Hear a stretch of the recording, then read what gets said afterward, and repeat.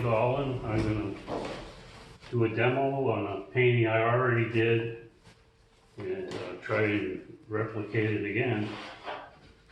I'm using Arches watercolor block, 16 by 14, 12 by 16. It's a smooth surface, which is something I'm not really used to, but I'll work with it. I've mapped it out with white pencil marks, so I know where I'm going as I develop the painting. I'm going to start by doing a wash with a mop brush. I want the sky. I'm going to put the sky in by letting first the area I want.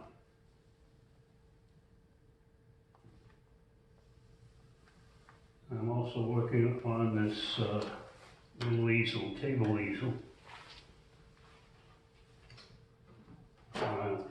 I'll be taking it off the easel at times, like I am now.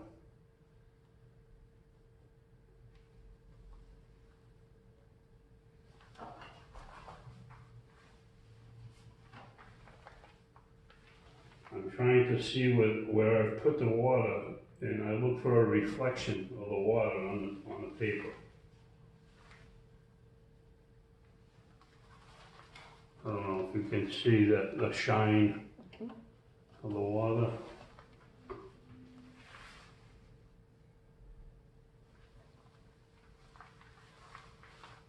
I'm going to mix my sky color.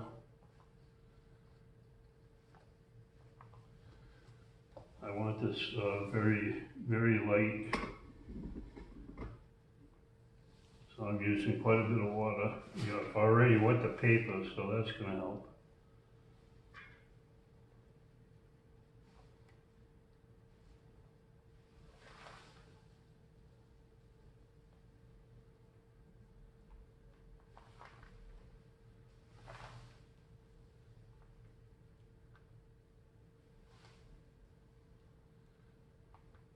As the water goes down, as the color goes down, I'm trying to catch the bead, the next bead. I've got it at quite an angle. I'm going to try to save it from flowing all over the place.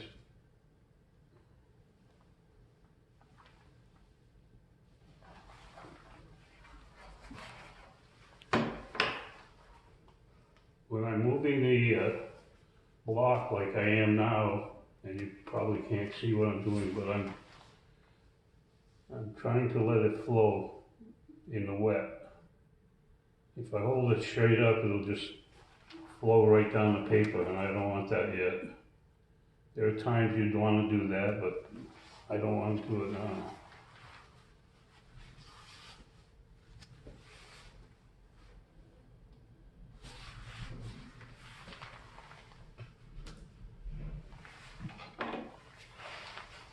This is my little cup holder.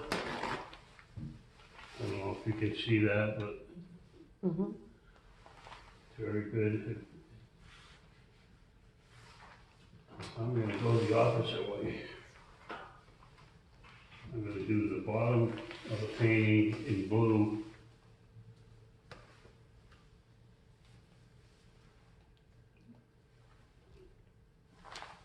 The same thing with the paper.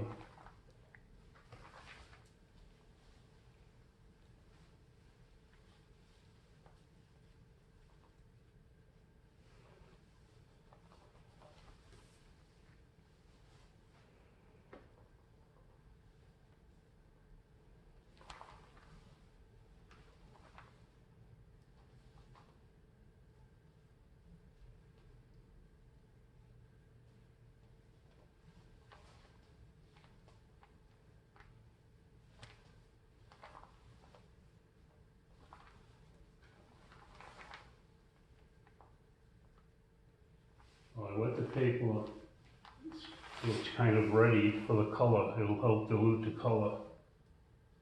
And to get it where I want, I'll have to let this dry and then go over it I see there's something building up.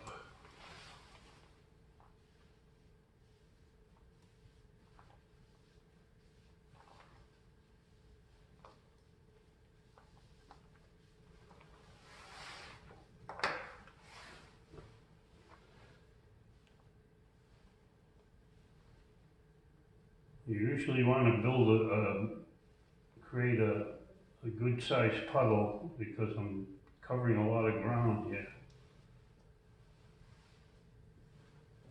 It's easier to have more paint than to try to mix it as you go along and find out you don't have enough. And it's going too quick as it is. You'll see it just flow.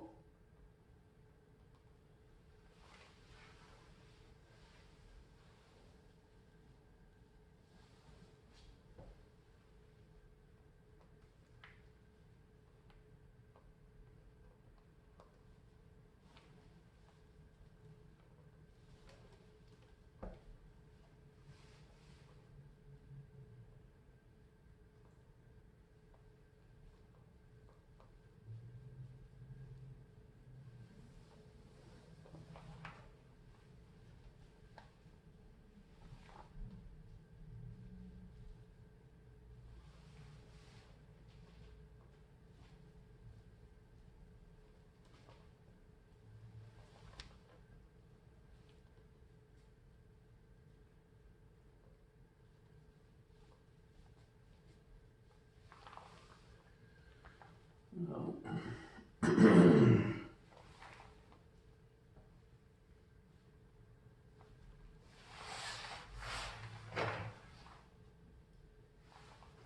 When it beads up like that, you can clean it up, clear it up by using a dry brush and picking it up. You see it beading up.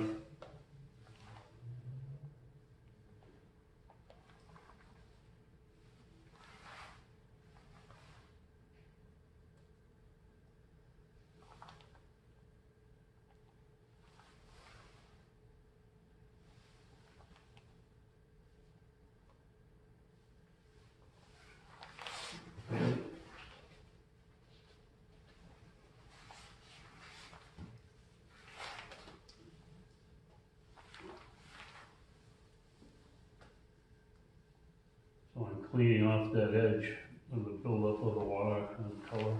I'm flip it back.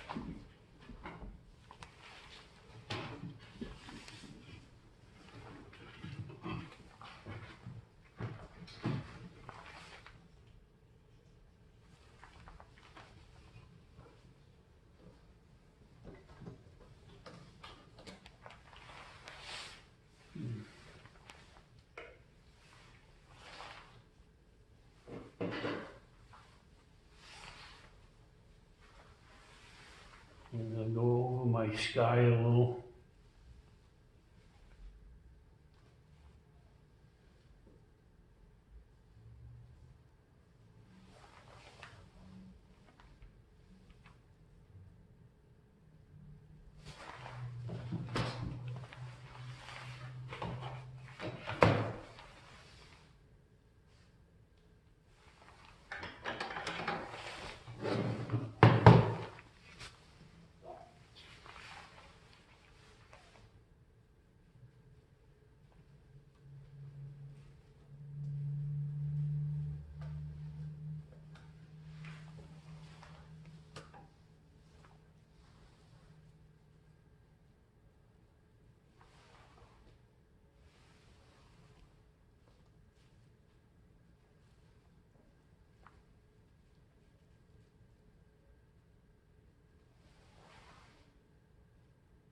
Because this paper is so wet now, it's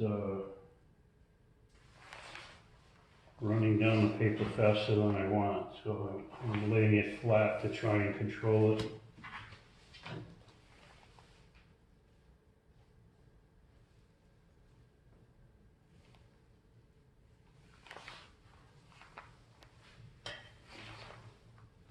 And you learn these things by painting. You know, you make your mistakes and It's, you try and figure out how it is you can handle it better.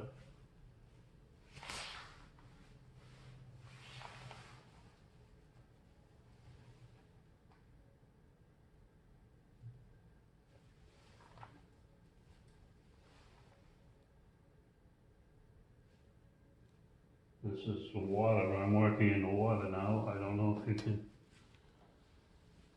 tell that.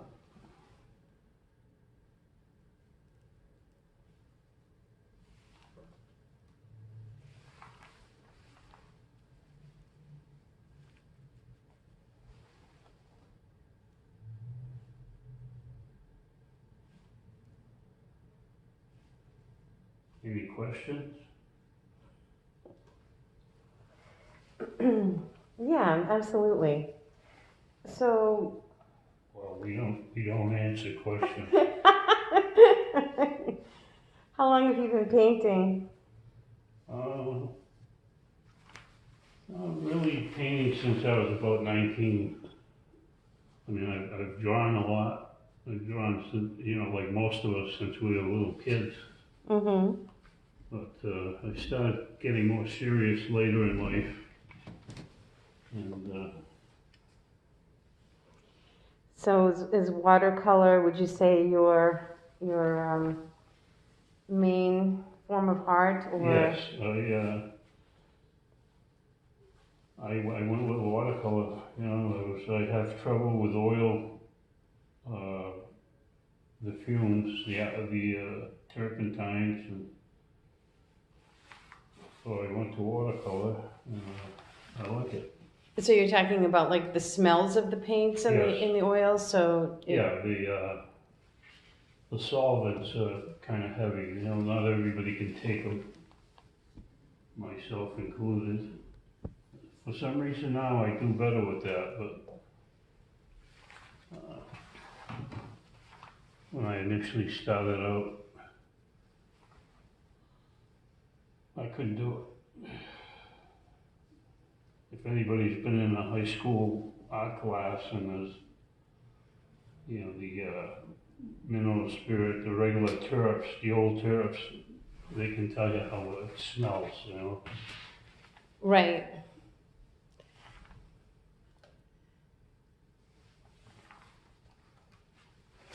So did you, to basically, get to the level that you're at, obviously you're an accomplished artist. Did you take courses? Are you primarily self-taught, combination? Yeah, I personally believe everybody's a little self-taught, and and taking instructions help you to put it together. Um, you know, people, a lot of people will think differently about that, but the point of being self-taught is you have to paint a lot. You take knowledge that's been given to you and apply it, and that's the best way you can learn, I believe. You can watch instructions all day, but if you don't paint, you're not going to find out what someone was actually talking about till you see the results of your effort. This takes That's great. several times to do,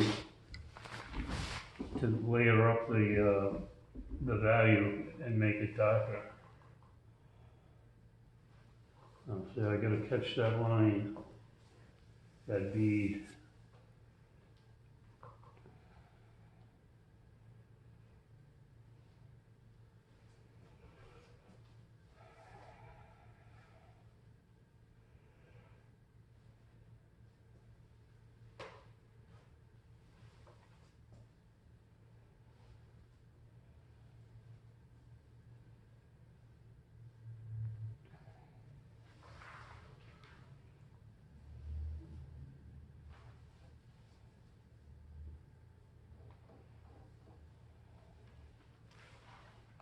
So where do you get your ideas for like what you want to paint? Is it? Well, because I draw a lot and I used to paint a lot. Lately, it's not been that way. Well, when you draw enough, and I draw little sketches at home, and you develop, you know, like an inventory in your mind of different compositions. And, you know, I also work from photographs, my own sketches, still life, you know. So again, if you do it enough, you start to just become like second nature. Right. Do you ever like, say, you know, walk out in nature and see something and take a photo of it, or do you ever go out and paint live? Or, I mean, I don't know, that might be hard. I used to paint quite a bit live. Really? And I really like that, you know, referred to as plein air painting. And I really enjoy that, whether it be watercolor or oil paint or acrylic. It's just the outdoor, being outside and doing it.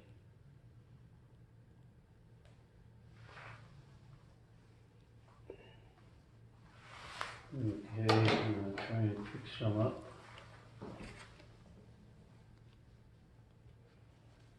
I'm taking that edge off before it runs on me. And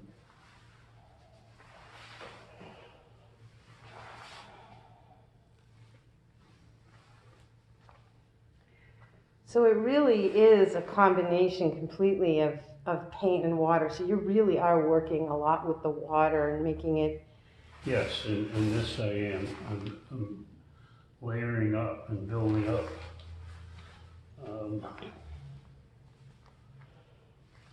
So it's a matter of layering it up. I think that when you see the other painting, you can see that there's a lot of depth in the color. Yes. And so that's achieved by layering it. Right. And normally I'd let this dry more, but I'm trying to do this in a, you know, quicker pace. Mm-hmm.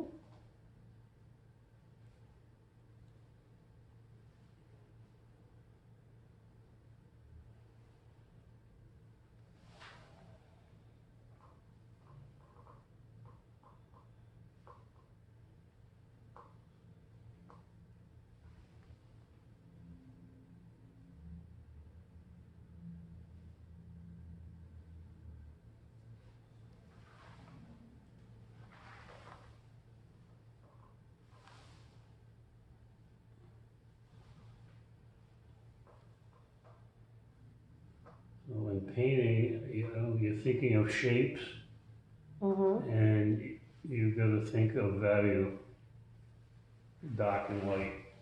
What's your light area, what's your dark area?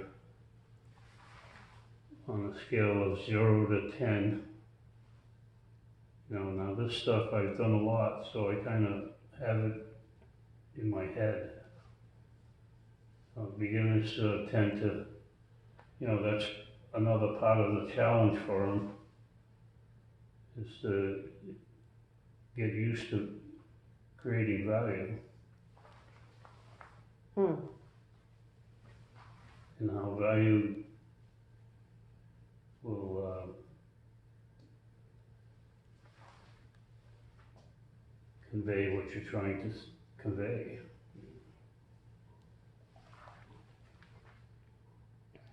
Does that just come with experience and just Yes.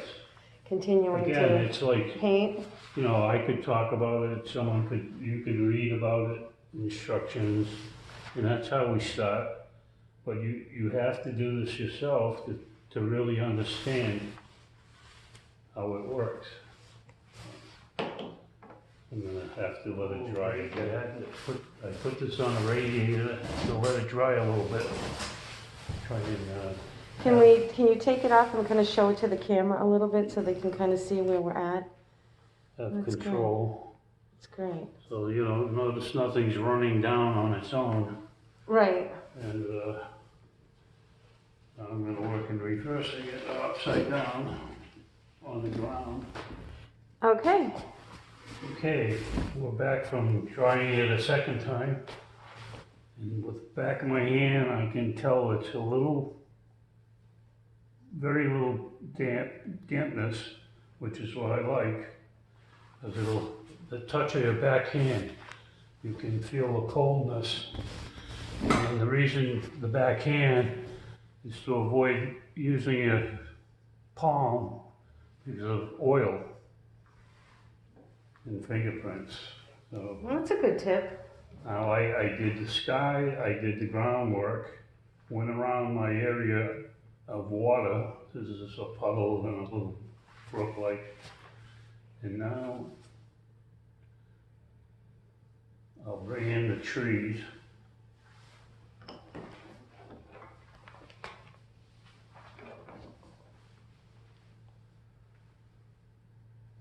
And also, as you put value down watercolor, it always dries lighter than you see it when you first put it down. So to get this darkness, I have to go over it several times. We're gonna bring in some trees. I'm too early for that. We're gonna do this again.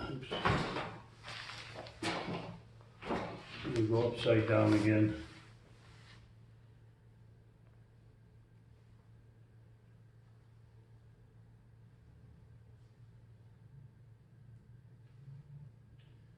Now I added a little purple to my blue.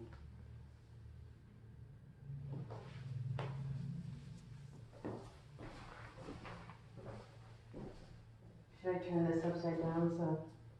You gonna put it upside down? Yeah, That's- so that they can follow yeah. along. Thank you. Sure. I'm trying to use a little more color and less watery to gain control.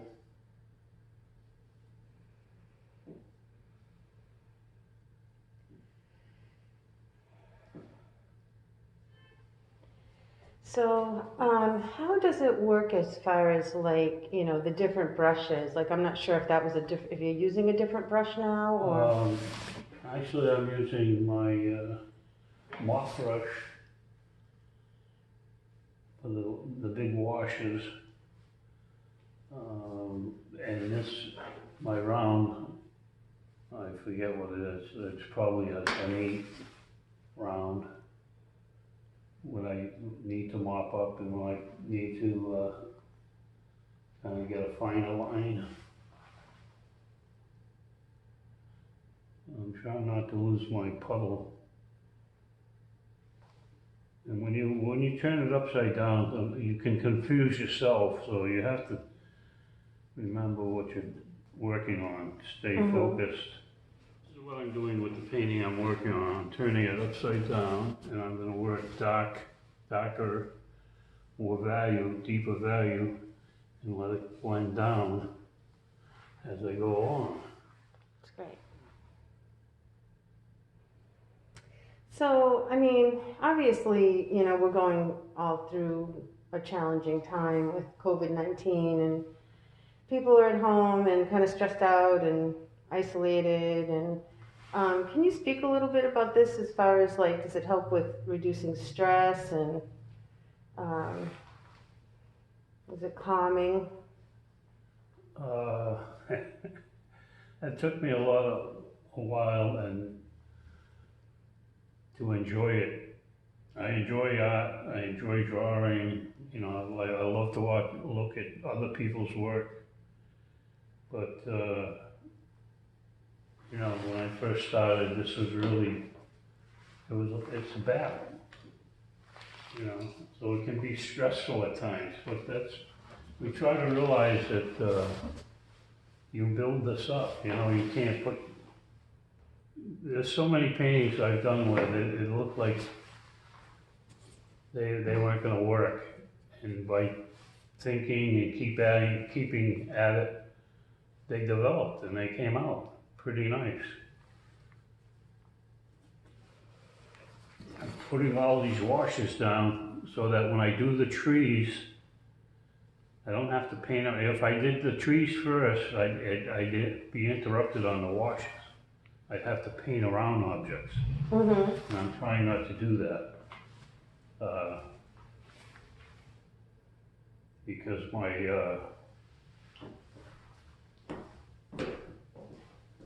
objects, my trees, because they're dark, I can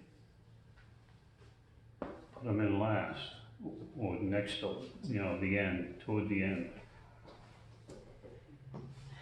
So it seems though that it could be a good outlet for energy. Like if you're saying that it's maybe not relaxing, sometimes it's a way Well, to. when you start out, I mean, it's kind of hard. You're so self-conscious of doing it right and what you don't feel that you're doing. A lot of people have trouble with that. It's not coming fast enough. But that's what I'm saying about painting. You have to, probably anything, like the work you do, you have to keep at it. Oh yeah. It's just not gonna, fall in place. It's true. It's true. I mean, that's how it was for me with photography. I'm You know, sure there's, shot a lot of pictures. well, I'm sure, and there's things you've read about, and there's people you've talked to. I know your dad was a tremendous photographer.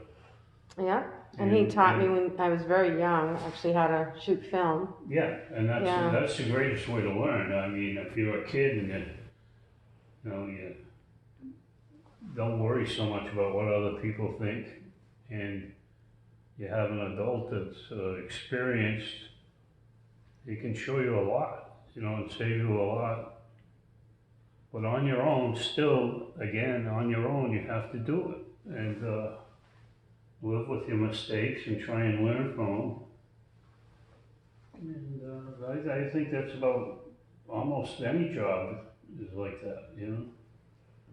Right. I do think sometimes, people can get self-conscious about, what are people going to think about my art and things Exactly. like that. And it's a little bit of a hump that I think a lot of artists, have to kind of get over, especially when you first start putting your work out in the public domain. Right. And you've been in, I don't know, how many art shows would you say you've, displayed in? Not too many, maybe 30, maybe 50, I'm not sure, but again, I painted a lot. Of course, maybe it doesn't show. It does show, actually.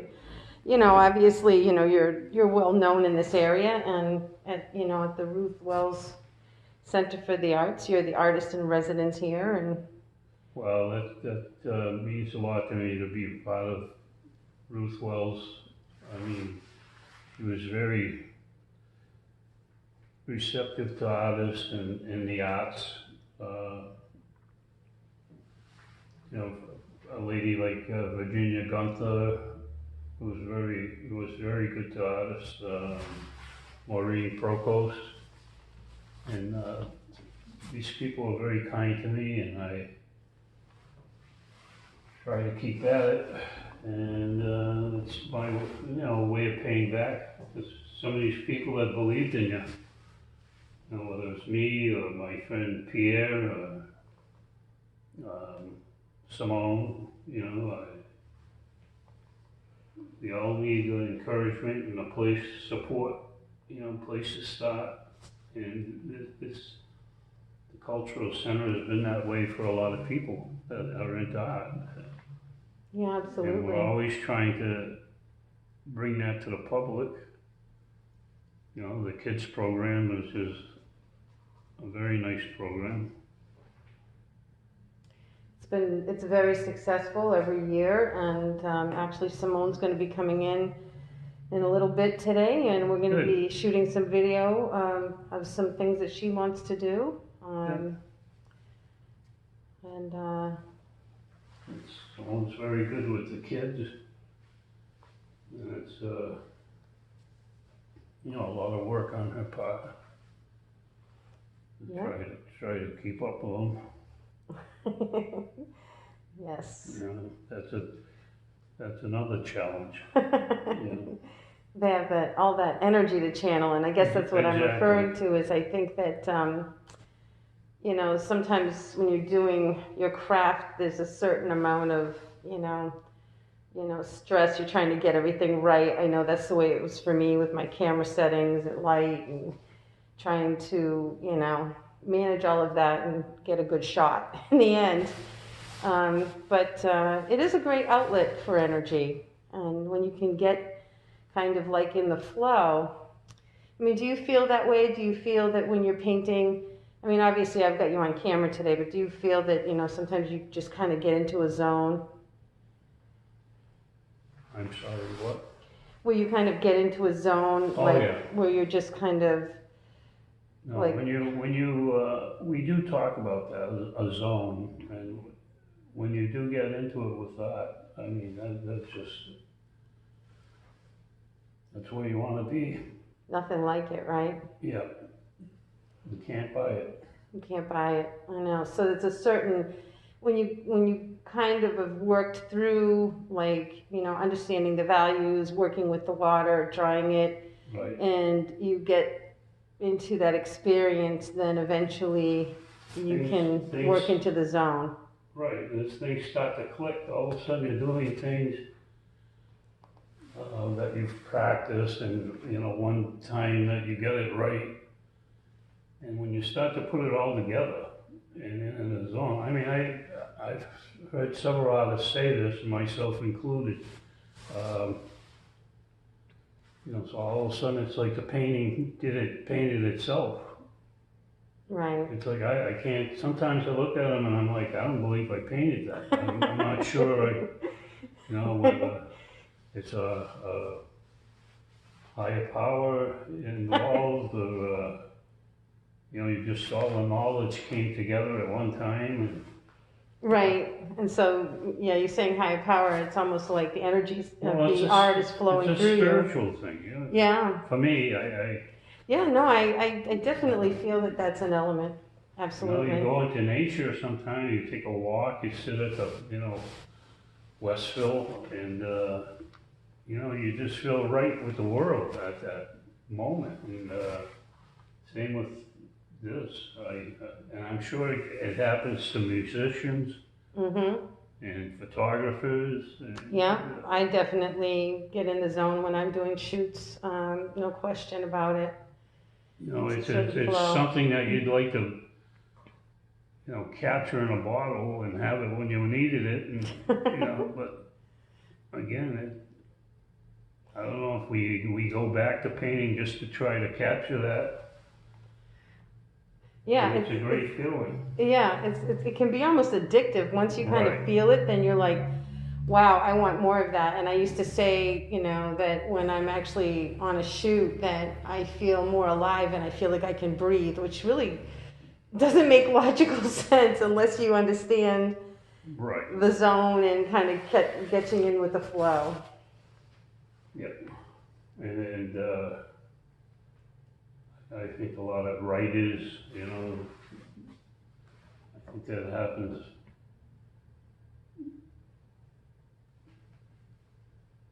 But the man who taught me, Alex, was a big influence on me, Alex Hizonis. And, he'd always tell me, you have to bomb. That was his way of telling me to paint, and paint all the time. And he wasn't being insulting by saying bomb. It's just, watercolor's a tricky thing, any painting. It's kind of like when you first learn to walk, you have to fall down Right. and get up and walk again, and it comes to a point you can run. So what is that tool you're taking out now? I'm going to smaller brushes. Oh, smaller brushes. Because Okay. I'm trying to do the underbrush and Right. the Looks beautiful. It's really coming along nice. well, I don't think I'm gonna bring it up as dark as that one Mm-hmm. because of time restraint, Right. but I think Yeah, you get the picture. Yep, absolutely.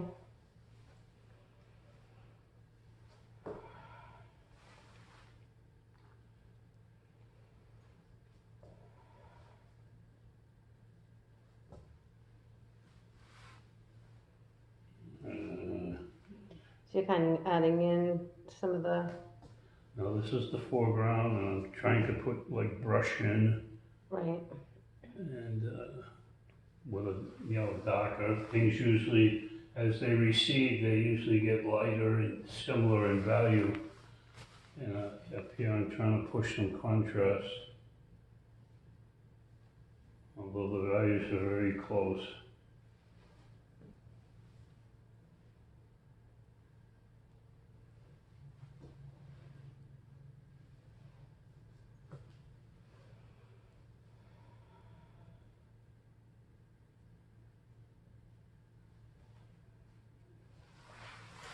it's really starting to come together.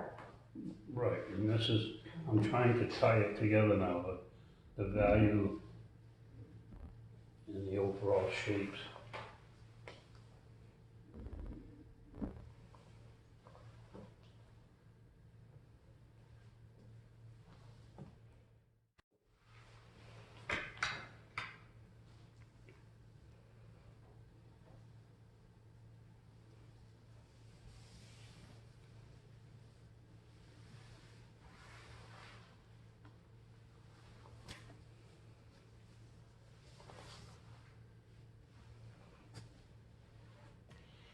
So I know that, here at Ruth Wells, we do have, some groups that meet to paint. Do you find that helpful to, I'm sorry, I didn't hear you.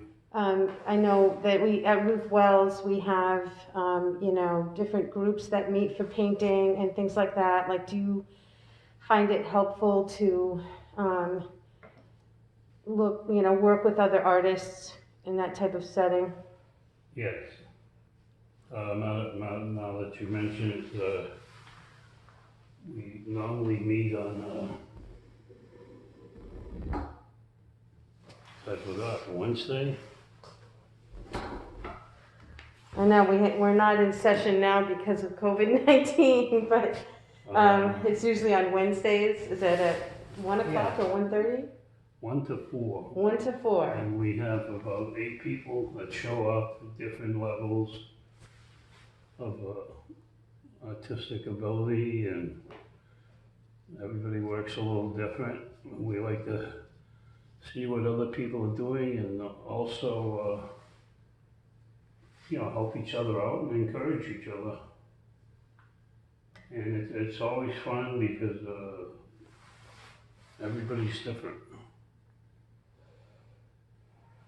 And is this particular class or group, is it watercolor specifically? No, No, so it's, a few of us will do watercolor or acrylic. A couple of people work in oil. Some people just come to draw. mm-hmm. But we try to meet once a week, and because of the pandemic, that's been a problem for everybody in every line of work. Right. And we also have a drawing class Mm-hmm. that's on Saturday from noon to 2, and that's, been put on hold because of the problem. And is that the class with Art Furtado? Yes. Yeah. Arthur does that. Arthur's got like 30 years in the business teaching, and a very good instructor. Well, And he taught at Shepherd Hill, oh, and his group of students have won several awards for the work they did. And he's into photography also. mm-hmm.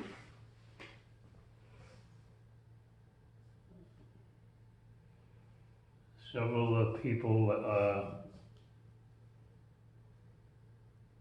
that work on Wednesday also teach, and they're very capable. I'm very shy about doing this. This is actually a real treat. You know, it's been unfortunate that we're all in isolation because of COVID-19, but I think that the idea to kind of shoot video so that people could be inspired to maybe try some watercolor at home is kind of, Yeah. you know, led us to get to see your work and how you work, which is pretty amazing, and that's a bit of a treat. Well, this is a treat for me. I've never done it. Been filmed doing a demo. I don't do too many.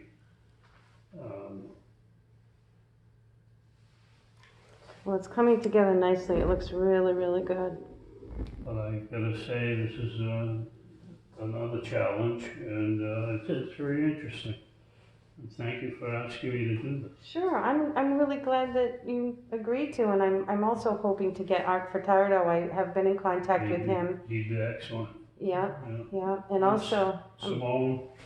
Simone will be here today, and then I'm also talking with Missy Parent, Melissa Parent, and very good. she's an accomplished artist also. Exactly. And all of you folks here are also on the board of directors at Ruth Wells, and you know, so there's a lot of dedication, you know, to the organization and helping arts and humanities in the community. So it's Well, we try to, we try to give back because, well, like we said earlier, people like Ruth Wells, Mrs. Petrelli was always supportive to the Art Center. She would, we miss her. She would always come to the shows and come to support the group in the house. And we also have the garden club and historical society. Children, like you mentioned earlier, children's program. We're trying to help support interest in art throughout the community. You know, hopefully the whole Central Mass. You know. right. I mean, the organization, I believe, covers like 22 towns in central Massachusetts, Yes. which is quite a you know, broad coverage. Yeah, part of Connecticut. Right. And there's some great people in Connecticut, like everywhere, but they were gonna have a show, but the pandemic knocked that out. Right. And that's the plenty of painters of Connecticut, you know.